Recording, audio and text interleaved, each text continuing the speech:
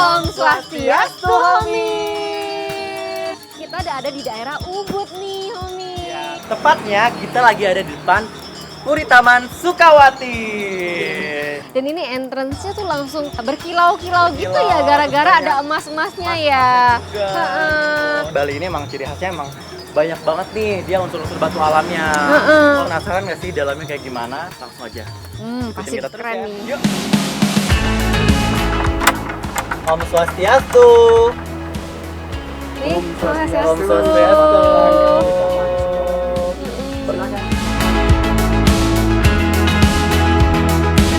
Perkenalkan Pak, saya Ilham dan Saya Glenda, Pak. Selamat datang, saya Mande. Pak Mande. Begitu masuk, ada sedikit pembatas yang disebut aling-aling. Yang biasanya ada patung Ganesha di situ. Sebenarnya fungsi aling-aling ini apa sih, Pak? Penetralisir udara dari luar menuju ke area puri. Oke, Ini ya. kita baru nyampe di mandala pertama. Karena rumah Bali dibagi menjadi 3 mandala. Utama mandala, Madya mandala, dan Nista mandala. Kalau Utamaning mandala itu adalah tempat suci dari compound ini. Yang mana kita akan melihat merajan atau sanggah atau pura yang pembagian mandalanya disebut utama mandala. Karena kita akan masuk ke dalam pura, kita diwajibkan untuk melepas alas kaki nih homies, agar tempat ibadah tetap suci. Yuk homies, mari kita masuk ke dalam puranya. Nah, homies, bagian pertama yang kita masuki ini adalah pura yang memiliki 5 bangunan. Area utama terdapat mandala yang difungsikan sebagai tempat persembahyangan bagi keluarga Puri. Area lain terdapat 4 pelinggih. Pelinggih Taksu sebagai tempat pemujaan berkah dan wibawa. Pelinggih Padmasari sebagai tempat memuja Ida Sang Hyang Widiwasa. Pelinggih Kemulan sebagai tempat manifestasi Tuhan Yang Maha Esa. Dan yang terakhir, Pelinggih Anglurah sebagai tempat dewa penjaga pura. Ini bangunan utama di Madya Mandala yang disebut dengan gedong. Gedung tuh ibarat kayak kamar utamanya ya, Pak ya? Ya, jadi gedong ini tempat di mana penua puri atau penglingsir puri atau yang dituakan oleh keluarga beliau yang beristirahat di sini. Itu tuh emas-emas ini tuh simbol dari apa atau mungkin emang ciri khasnya dari Bali kah? Warna emas ini memang betul yang disebutnya prada, Prada. 24 karat emas. Ya. Nah, Pakai jadi emas pengaplikasiannya itu sangat pelan-pelan, kemudian kita datengin per kotak begitu. Ya. Nah, karena puri, kemudian royal family, jadi glamornya ada, kemudian identik dengan kesuksesan.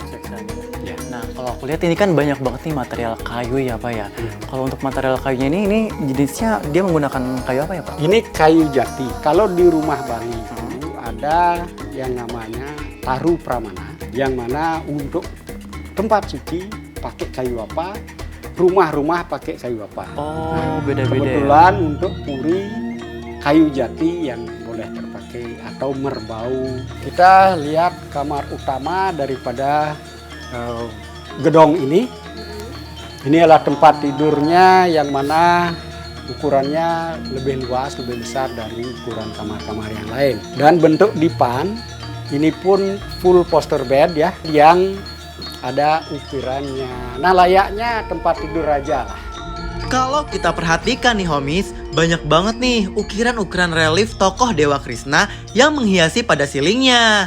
Yang ternyata tokoh inspirasi sang pemilik rumah loh homies.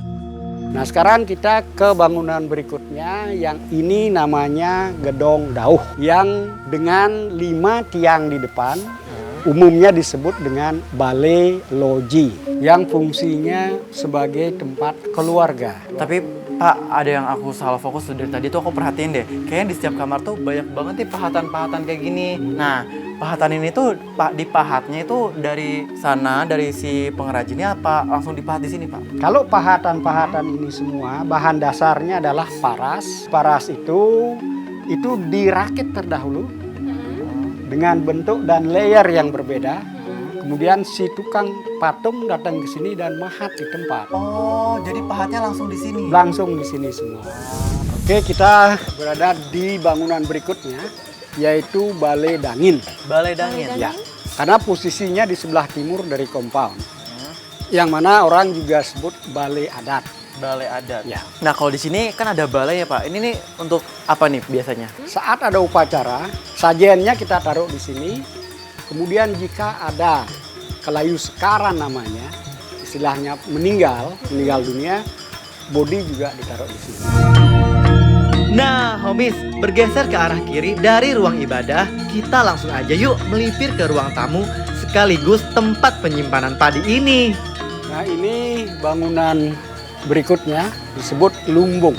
Lumbung. Ya, lumbung itu terdiri dari 2 lantai, yang mana atapnya ini menjadi satu. Di atas ini kita tempatkan sebagai penyimpanan hasil sawah lah. Kemudian di bawah merupakan open space. Biasanya kita lakukan untuk kegiatan keluarga. Gitu. Oh, jadi ini Kita sebagai fungsikan ruang di keluarga bawah ya. sebagai ruang keluarga. Kita sampai di area dapur.